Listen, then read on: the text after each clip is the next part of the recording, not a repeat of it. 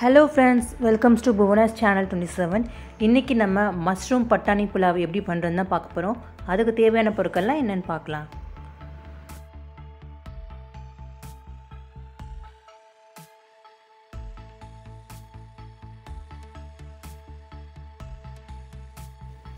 குக்கர்ல 2 teaspoon oil சேர்த்துக்கிறேன்.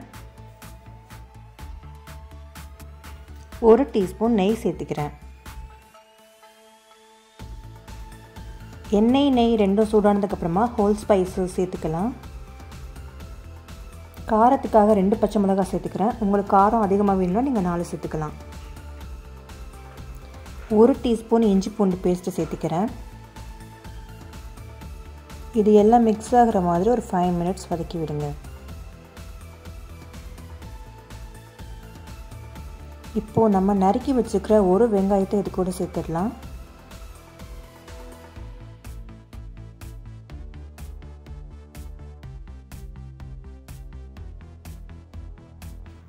வெங்காயம் வதங்கிறதுக்கு கொஞ்சமாக உப்பு சேர்த்துக்கிறேன்.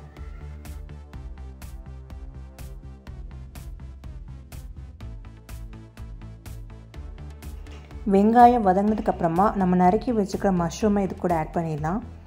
மஷ்ரூம் நல்லா வதங்குற அளவுக்கு ஒரு 5 மினிட்ஸ் நல்லா வதக்கி விடுங்க.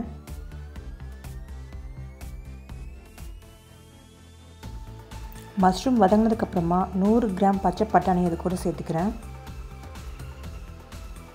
பட்டாணி ரொம்ப நேரம் வதக்க வேண்டியதில்லை, ஒரு 5 மினிட்ஸ் வதக்கி விட்டால் போதும்.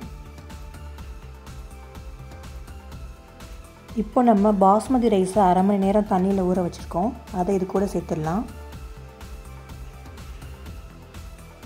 மஷ்ரூம் ரைஸ் பட்டாணி 3 நல்லா மிக்ஸ் ஆகிற அளவுக்கு நல்லா மிக்ஸ் பண்ணி விடுங்க.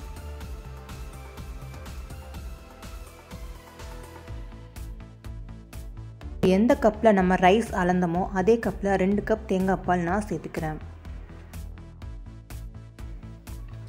நம்ம எப்போவுமே புலாவ் செய்யும்போது தண்ணிக்கு பதிலாக தேங்காய் பால் சேர்த்துக்கிட்டோன்னா ரொம்பவே டேஸ்ட்டாக இருக்கும்.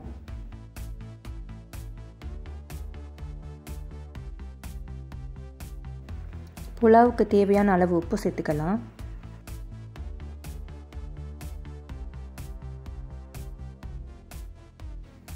உப்பு சேர்த்ததுக்கப்புறமா நல்லா மிக்ஸ் பண்ணி விட்டுட்டு நான் கொஞ்சமாக கொத்தமல்லி சேர்த்துக்கிறேன். நீங்கள் புதினா இருந்தாலும் சேர்த்துக்கலாம்.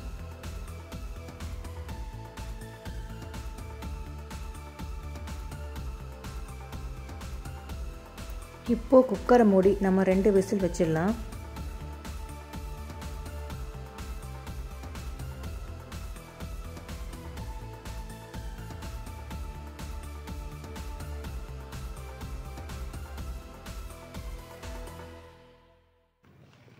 ரொம்பவே சுவையான மஷ்ரூம் பட்டாணி புலாவ் ரெடி ஆயிடுச்சு. இந்த வீடியோ உங்களுக்கு பிடிச்சிருந்தா உங்கள் ஃப்ரெண்ட்ஸ் எல்லாருக்கும் ஷேர் பண்ணுங்கள். அண்ட் நம்ம சேனலை சப்ஸ்கிரைப் பண்ணிக்கோங்க, நோட்டிஃபிகேஷன் ஆன் பண்ணிக்கோங்க. அப்போ தான் நம்ம போகிற எல்லா வீடியோவும் உடனுக்குடனே உங்களுக்கு வரும். தேங்க்ஸ் ஃபார் வாட்சிங்.